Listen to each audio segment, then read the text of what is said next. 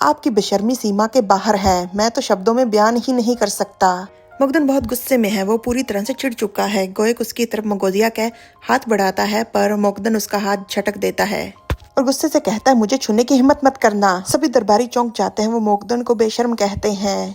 गोएक उन्हें शांत करता है और मकदन से कहता है, टीचर वी, आप बहुत गुस्से में लग रहे हैं। मकदन कहता है, मैंने तुम्हें कितनी बार कहा है कि मुझे नजरअंदाज मत करा करो, तुमने तो मुझसे वादा किया था ना कि तुम मेरे साथ। मकदन उठता है और उसका सर सीधा गोएक को लगता है और गोएक नीचे गिर जाता है। गोएक की तरफ देखकर मकदन अचानक से हंसने लग जाता है पर फिर वो भी गिर जाता है क्योंकि इतनी देर तक ऐसे बैठने के कारण उसके पैर सुन्न हो चुके थे। सारे दरबारी ये देखकर चौंक गए थे। राज दरबार खत्म होने के बाद गोएक मकदन को अपनी गोद में लेकर बैठा हुआ था और मकदन उससे पूछता है कि उसने अचानक से उसे इस तरह से सरकारी अधिकारी क्यों बना दिया। तो गोएक बताता है कि उसका रोज मकदन को देखने का, उससे मिलने का दिल करता है पर उसके पास समय नहीं होता, इसलिए वो जा नहीं पाता, इसलिए उसने ये योजना सोची। मकदन कहता है, आप मुझसे कभी भी मिलने आ सकते हो। तो गोएक कहता है कि आपने जिद करके अपना ओहदा कम करवा लिया है, जिस कारण मैं ऐसे रोज नहीं आ सकता।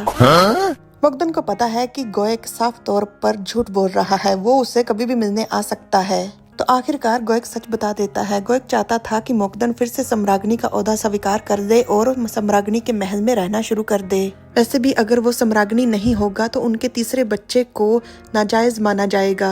बदले में मकदन जो चाहे वो करने को तैयार है। तो मकदन गोएक के सामने शर्त रखता है कि अब जब बच्चे का जन्म होगा तो बच्चे के सारे काम, उसे खिलाना, निलाना, उसके कपड़े धोना, सब काम वो मिलकर करेंगे, वो भी खुद अपने हाथों से। गोएक हैरानी से कहता है, तो इसका मतलब आप मान गए? मकदन कहता है, मैं दोबारा सब दोहराऊंगा नहीं। गोएक खुशी से मकदन को गले लगा देता है और उसका बार बार धन्यवाद करता है। हालांकि पहले मकदन थोड़ा उदास था पर बाद में वो भी खुश हो जाता है। गोएक उसे तुरंत महल और उसके ओहदे पर वापस आने के लिए कहता है तो मकदन अभी समय मांगता है ताकि वो अच्छे से स्कूल को बंद कर सके। गोएक कहता है, आपने कहा था कि आपको हमारी जरूरत है, जिस तरह से आपको हमारी जरूरत है, हमें, हमारे दोनों बच्चों और होने वाले बच्चे को भी आपकी जरूरत है, सम्राज्ञी की जरूरत है। मैं आपसे भीख मांगता हूँ, कृपया मान जाइए। मकदन मान जाता है और गोएक खुशी से उसे घुमाना शुरू कर देता है और बार बार उसे मकदन मकदन कहकर पुकारता है। गोएक बहुत खुश था, मकदन उसे गले लगाता है। मकदन हालांकि थोड़ा सा उदास था पर मन में कहता है, ये कैसे बेवकूफों की तरह हंस रहा है। खैर, क्या मेरे अलावा कोई और भी था जो चाहता था कि मैं सम्राज्ञी के ओहदे से हट जाऊं? मकदन सम्राट के साथ ही रह रहा था उसके कमरे में। फिलहाल वो दोनों सम्राट के दफ्तर में बैठे थे और मकदन को गोएक एक बेहद दुर्लभ फल खिलाता है और कहता है, आज का दिन कितना आनंदमयी और शांत है। मकदन को पास पड़े कागज नजर आते हैं। वो उठकर उन सबको देखना और पढ़ना शुरू कर देता है। एक कागज पढ़कर वो चौंक जाता है जिसमें दरबारियों ने सम्राट से विनती की थी, सम्राज्ञी वी परिवार का हिस्सा है और वी परिवार देशद्रोही है, इसलिए सम्राज्ञी को उसके ओहदे से हटा दिया जाए। गोएक उसे इस सब की चिंता करने से मना करता है। मकदन मन में कहता है, शायद जिस दिन से मुझे सम्राज्ञी का ताज पहनाया गया उसी दिन से ये सब कुछ चल रहा है और इन सब चीजों से बिना मुझे भनक लगे ये इन सब चीजों से अकेला निपट रहा है।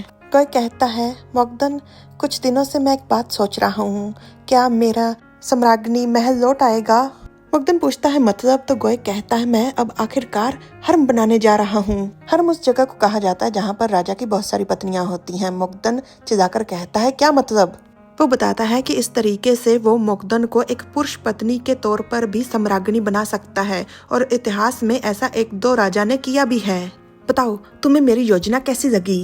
Like, share, subscribe, comment. Thanks for watching.